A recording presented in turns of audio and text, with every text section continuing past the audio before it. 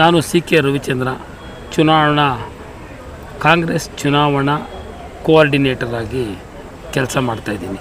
ಚುನಾವಣಾ ಈ ಸಂದರ್ಭದಲ್ಲಿ 18ನೇ ಲೋಕಸಭಾ ಚುನಾವಣೆ 26ನೇ ತಾರೀಕು ನಡೆಯಲಿದೆ. ಅದಕ್ಕೆ ಪೂರಕವಾಗಿ ಕೆಲಸ ಮಾಡ್ತಾಯಿದ್ದೀನಿ. ನಿನ್ನೆ ಏನು ಸುಪ್ರೀಂ ಕೋರ್ಟ್ ಒಂದು ತೀರ್ಪು ಬಂತು, ಬರದ ಹಿನ್ನೆಲೆಯಲ್ಲಿ ಒಕ್ಕೂಟದ ವ್ಯವಸ್ಥೆಯಲ್ಲಿ ಇದೆಲ್ಲವೂ ಸೌಹಾರ್ದಯುತವಾಗಿ ನಡೀಬೇಕು ಅಂತ ನ್ಯಾಯಮೂರ್ತಿ BR ಗವಾಯಿ ಹಾಗೂ ಸಂದೀಪ್ ಮೆಹ್ತಾ ಅವರು ಏನೋ ಒಂದು ಜಡ್ಜ್ಮೆಂಟ್ ಕೊಟ್ಟಿದ್ದಾರೆ. ಅದನ್ನು ಅಟಾರ್ನಿ ಜನರಲ್ ಕೂಡ ಅಕ್ಸೆಪ್ಟ್ ಮಾಡಿಕೊಂಡು ಒಂದು ವಾರದೊಳಗಾಗಿ ಚುನಾವಣಾ ಆಯೋಗದ ಅನುಮತಿಯೊಂದಿಗೆ ನಾವು ಹಣ ಕೊಡ್ತೀವಿ ಅಂತ. ಇದು ಕರ್ನಾಟಕದ ಕಾಂಗ್ರೆಸ್ ಸರ್ಕಾರ, ಸಿದ್ದರಾಮಯ್ಯ ನೇತೃತ್ವದ ಸರ್ಕಾರಕ್ಕೆ ಸಂದ ಜಯ ಆಗಿದೆ. ಯಾಕಂದರೆ ಇದು ನೇರವಾಗಿ ನಾನು ಇವತ್ತು ಬೆಳಗ್ಗೆ ನೋಡಿದೆ, ನೇರವಾಗಿ ಸಿದ್ದರಾಮಯ್ಯ ಹೇಳ್ತಿದ್ರು ರೈತರ ಪರಿಹಾರ ನಿಧಿಗೆ, ರೈತರ ಪರಿಹಾರಕ್ಕೆ ನಾವು ಈ ಹಣವನ್ನು ಕೊಡ್ತೀವಿ ಅಂಥೇಳಿ. ಅದು ರೈತರಿಗೆ ವಿನಿಯೋಗ ಆಗಬೇಕು ಒಂದು. ಮತ್ತು ಇಲ್ಲಿವರೆಗೂ ಏನು ಮೋದಿಯವರು ಒಂದು 10 ವರ್ಷಗಳ ಅವಧಿಯಲ್ಲಿ ಏನು ಮೇಕ್ ಇನ್ ಇಂಡಿಯಾದಿಂದ ಹಿಡಿದು ಏನು ಹೇಳಿದ್ದಾರೆ ಅವೆಲ್ಲವೂ ನಾನು ಕಂಡಂತೆ ಯಾವುದು ನ್ಯಾಯಯುತವಾಗಿ ಜಾರಿಯಾಗಿಲ್ಲ.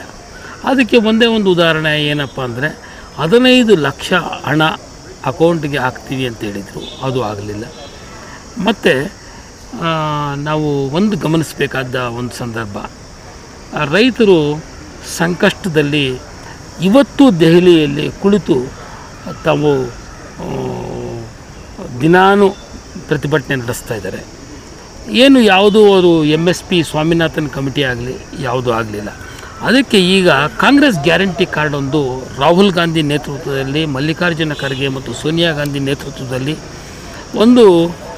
ಒಂದು ಈ ಕಾರ್ಡನ್ನು, ಗ್ಯಾರಂಟಿ ಕಾರ್ಡನ್ನು ಜಾರಿ ಮಾಡಿದ್ದಾರೆ.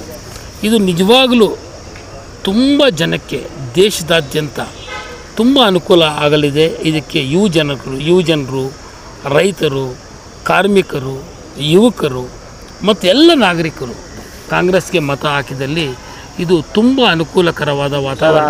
ಗ್ಯಾರಂಟಿ ಕಾರ್ಡಲ್ಲಿ ಏನು ವಿಷಯ ಇದೆ ಸರ್? 1 ಲಕ್ಷ ವೇತನ, ಪ್ರತಿಯೊಬ್ಬ ವಿದ್ಯಾವಂತ ಯುವಕನಿಗೆ ಮೊದಲ ಉದ್ಯೋಗ ಗ್ಯಾರಂಟಿ, ಯುವ ನ್ಯಾಯ ಅಂತದ್ದು ಮಾಡಿದ್ದಾರೆ.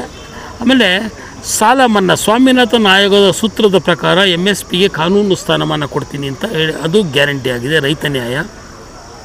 ಮತ್ತು ರಾಹುಲ್ ಗಾಂಧಿಯವರು ಇತ್ತೀಚೆಗೆ ಭಾರತ್ ಜೋಡೋ ಯಾತ್ರೆಯಲ್ಲಿ ಜಾತಿ ಗಣತಿ ಮಾಡ್ತೀವಿ ಅಂತ, ಅದು ಆದರೆ ಖಂಡಿತ ಏನು ಒಂದು ಸಣ್ಣ ಜನಾಂಗ, ಬುಡಕಟ್ಟು ಜನಾಂಗದಿಂದ ಹಿಡಿದು ಮೇಲಿನವರೆಗೂ ಅದು ಜಾತಿ ಗಣತಿ ಬಂದರೆ ತುಂಬ ಅನುಕೂಲಕರ ಆಗುತ್ತೆ. ಸಾಮಾಜಿಕ ನ್ಯಾಯ ಭದ್ರತೆ ಆಗುತ್ತೆ. ಸೋಷಿಯಲ್ ಈಕ್ವಾಲಿಟಿ ಅಂತ ನಾವೇನು ಹೇಳ್ಕೊಂಬರ್ತಾ ಇದ್ದೀವಿ ಒಂದು 70 ವರ್ಷಗಳಿಂದ, ಅದು ಇವಾಗ ರಾಹುಲ್ ಗಾಂಧಿಯವರ ಆ ಪ್ರಬುದ್ಧತೆಯಿಂದ ಜಾತಿ ಗಣತಿ ಮಾಡ್ತೀವಿ ಅಂತ ಹೇಳಿದ್ದಾರೆ. ಅದು ನಿಜಕ್ಕೂ ಶ್ಲಾಘನೀಯ. ಅವರಿಗೆ ಇನ್ನೂ ಹೆಚ್ಚು ಶಕ್ತಿ ಕೊಡಬೇಕು. ಅವರಿಗೆ ಹೆಚ್ಚು ಒಂದು ಕಾಂಗ್ರೆಸ್ ಇವತ್ತು ನೇರ ಸ್ಪರ್ಧೆಗಿಳಿದಿದೆ, ಅದು ಬಹುಮತ ಪಡೆಯುತ್ತೆ ಅಂತ ನನ್ನ ಅನಿಸಿಕೆ.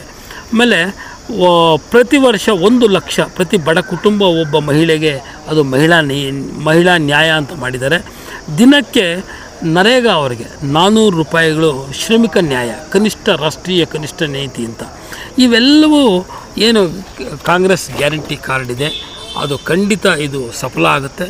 ಮತ್ತು ಎಲ್ಲ ನಾಗರಿಕರು ಮತ್ತು ಎಲ್ಲ ರೈತರು, ಕಾರ್ಮಿಕರು, ಯುವಕರು ಈ ಒಂದು ಅಡಿಯಲ್ಲಿ ಕಾಂಗ್ರೆಸ್ ಸರ್ಕಾರ ಏನಾದರೂ ಅಂದರೆ ಇಂಡಿಯಾ ಒಕ್ಕೂಟದ ಒಂದು ಸರ್ಕಾರ ನಮ್ಮ ರಚನೆ ಆದ ಪಕ್ಷದಲ್ಲಿ ಇದು ಜಾರಿಯಾಗುತ್ತೆ ಅಂತ ಈ ಸಂದರ್ಭದಲ್ಲಿ ಹೇಳೋಕ್ಕೆ ಇಚ್ಛೆ ಪಡ್ತಾ ಇದ್ದೀನಿ. ಮತ್ತು ಹೆಮ್ಮೆಯಿಂದ 26ಕ್ಕೆ ಎಲ್ಲರೂ ಮತದಾನಕ್ಕೆ ಹೋಗಿ ಮತ ಮಾಡಿ ಮತ್ತು ಈ ಒಂದು ವರ್ಗ ಕಾಂಗ್ರೆಸ್ಗೆ ಬೆಂಬಲಿಸಬೇಕು ಅಂತ ನಾನು ಕೊಡ್ತಾ ಇದ್ದೀನಿ. ಜೈ ಹಿಂದ್, ಜೈ ಕರ್ನಾಟಕ. ಕರ್ನಾಟಕ ಪ್ರದೇಶ್ ಹಿಂದುಳಿದ ವರ್ಗ OBC ಸ್ಟೇಟ್ ಜನರಲ್ ಸೆಕ್ರೆಟರಿ ಆದಂಥ SL ಉದಯಶಂಕರ್ ಅವರು, ನಾನು ಎಲ್ಲ ನಮ್ಮ ಉತ್ತಮ ಕ್ಯಾಂಡಿಡೇಟ್ ಆದಂಥ ಕಾಂಗ್ರೆಸ್ ಕ್ಯಾಂಡಿಡೇಟ್ ಬೆಂಗಳೂರು ಗ್ರಾಮಾಂತರದ DK ಸುರೇಶ್ ಮತ್ತು ಪ್ರೊಫೆಸರ್ ರಾಜೀವ್ ಗೌಡ್ರು, ಮನ್ಸೂರ್ ಖಾನ್ ಸೆಂಟ್ರಲ್ ಮತ್ತು ಬೆಂಗಳೂರು ದಕ್ಷಿಣ ಸೌಮ್ಯರೆಡ್ಡಿ ಇವರಿಗೆ ಮತ್ತು ಇನ್ನು ಎಲ್ಲ ಇತರರಿಗೂ 28 ಕ್ಷೇತ್ರದ ಅಭ್ಯರ್ಥಿಗಳು, ಉತ್ತಮ ಅಭ್ಯರ್ಥಿಗಳಿಗೆ ಟಿಕೆಟ್ ಕೊಟ್ಟಿದ್ದಾರೆ.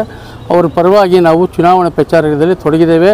ಹೆಚ್ಚಿನ ಅಭ್ಯರ್ಥಿಗಳಿಗೆ ಗೆದ್ದು ಬರಲಿ ಅಂತ ನಾನು ಆಶಿಸುತ್ತೇನೆ. ಮತ್ತು ಎಲ್ಲ ಹಿಂದುಳಿದ ವರ್ಗದವರು, ಮೈನಾರಿಟಿಯವರು ಇವರಿಗೆ ಮತದಾನ ಮಾಡಲಿ ಅಂತ ನಾನು ವಿನಯಪೂರ್ವಕವಾಗಿ ಕೇಳ್ಕೊತೇನೆ. ಏನಕ್ಕೆ ಸರ್ ಇವ್ರಿಗೆ ಓಟ್ ಹಾಕಬೇಕು? ಇವರು ಇವತ್ತಿನ ಸಮಾಜದಲ್ಲಿ ಒಳ್ಳೆ ಸ್ವಚ್ಛ, ಅಂದರೆ ಸಿದ್ದರಾಮಯ್ಯನ ಸರ್ಕಾರ ಉತ್ತಮವಾಗಿ ಸರ್ಕಾರ 5 ಗ್ಯಾರಂಟಿ ಮಾಡಿದ್ದಾರೆ. ಸೆಂಟ್ರಲ್ ಗೌರ್ಮೆಂಟ್ 8 ತಿಂಗಳಲ್ಲಿ ಜಾರಿ ಮಾಡಿದ್ದಾರೆ. ಸೆಂಟ್ರಲ್ ಗೌರ್ಮೆಂಟಿದು ಈಗ ಅದನ್ನು 5 ಗ್ಯಾರಂಟಿ ಮಾಡಿದ್ದಾರೆ. ಅದಕ್ಕೋಸ್ಕರ ಬೇಗ ಈ ಥರ ಚೀಫ್ ಮಿನಿಸ್ಟ್ರು ನಮಗೆ ಸಿಕ್ಕೋದು ಅಪರೂಪ. ಮೈನಾರಿಟಿ, ಬ್ಯಾಕ್ವರ್ಡ್ ಕ್ಲಾಸ್ ಎಲ್ಲರಿಗೂ ನಿಷ್ಠೆಯಾಗಿ ಎಲ್ಲ ಸರಿಸಮಾನವಾದ ಸಮಾಜ ನೋಡ್ತಾ ಇದ್ದಾರೆ. ಅದಕ್ಕೋಸ್ಕರ ಓಟ್ ಹಾಕ್ಬೇಕು ಅವರಿಗೆ. ಯಾಕೆ BJPಗೆ ಓಟ್ ಹಾಕಬಾರ್ದು ಸರ್? ಯಾಕೆ BJP ಅಂದರೆ ಈ 10 ವರ್ಷದಿಂದ ಬಂದವರು ಏನು ಕಾರ್ಯಕ್ರಮ ನಿರೂಪಿಸಿಲ್ಲ, ಅಂಥ ಬಡ ಜನಕ್ಕೆ ತಲುಪುವಂಥ ಕಾರ್ಯಕ್ರಮಗಳು ಮಾಡಿಲ್ಲ. ಅದಕ್ಕೋಸ್ಕರ ನೊಂದಿದ್ದೀವಿ ನಾವು ಎಲ್ಲ ಹಿಂದುಳಿದ ವರ್ಗದವರು, ಮೈನಾರಿಟೀಸು ಎಲ್ಲರೂ. ಅದಕ್ಕೋಸ್ಕರ ನಾವು ನಮ್ಮ ಮಾನ್ಯ ಮುಖ್ಯಮಂತ್ರಿಗಳಿಗೆ DK ಶಿವಕುಮಾರ್ ಅವರಿಗೆ ಕರ್ನಾಟಕ ಸರ್ಕಾರದಲ್ಲಿ ಇಬ್ಬರೂ ಜೊತೆಯಾಗಿ ಜೋಡೆತ್ತಾಗಿ ಕೆಲಸ ಮಾಡ್ತಾಯಿದ್ದಾರೆ. ಅವರಿಗೆ ನಿಂತ್ಕೊಂಡು ಅವರಿಗೆ ಶಕ್ತಿಶಾಲಿ ಇನ್ನೂ ಕೊಟ್ಟು ಪಾರ್ಲಿಮೆಂಟಲ್ಲಿ ನಮ್ಮೆಲ್ಲರ ಪಾರ್ಲಿಮೆಂಟ್ ಹೆಚ್ಚಿನ ಮಟ್ಟದಲ್ಲಿ ಮಾತಾಡಲಿ ಅಂತ ನಾವು ಶಕ್ತಿ ತುಂಬಕ್ಕೋಸ್ಕರ ಇವರಿಗೆ ಮತದಾನ ಮಾಡಿ ಅಂತ ಕಳಕಳಿಯಿಂದ ಕೇಳ್ಕೊತೇವೆ.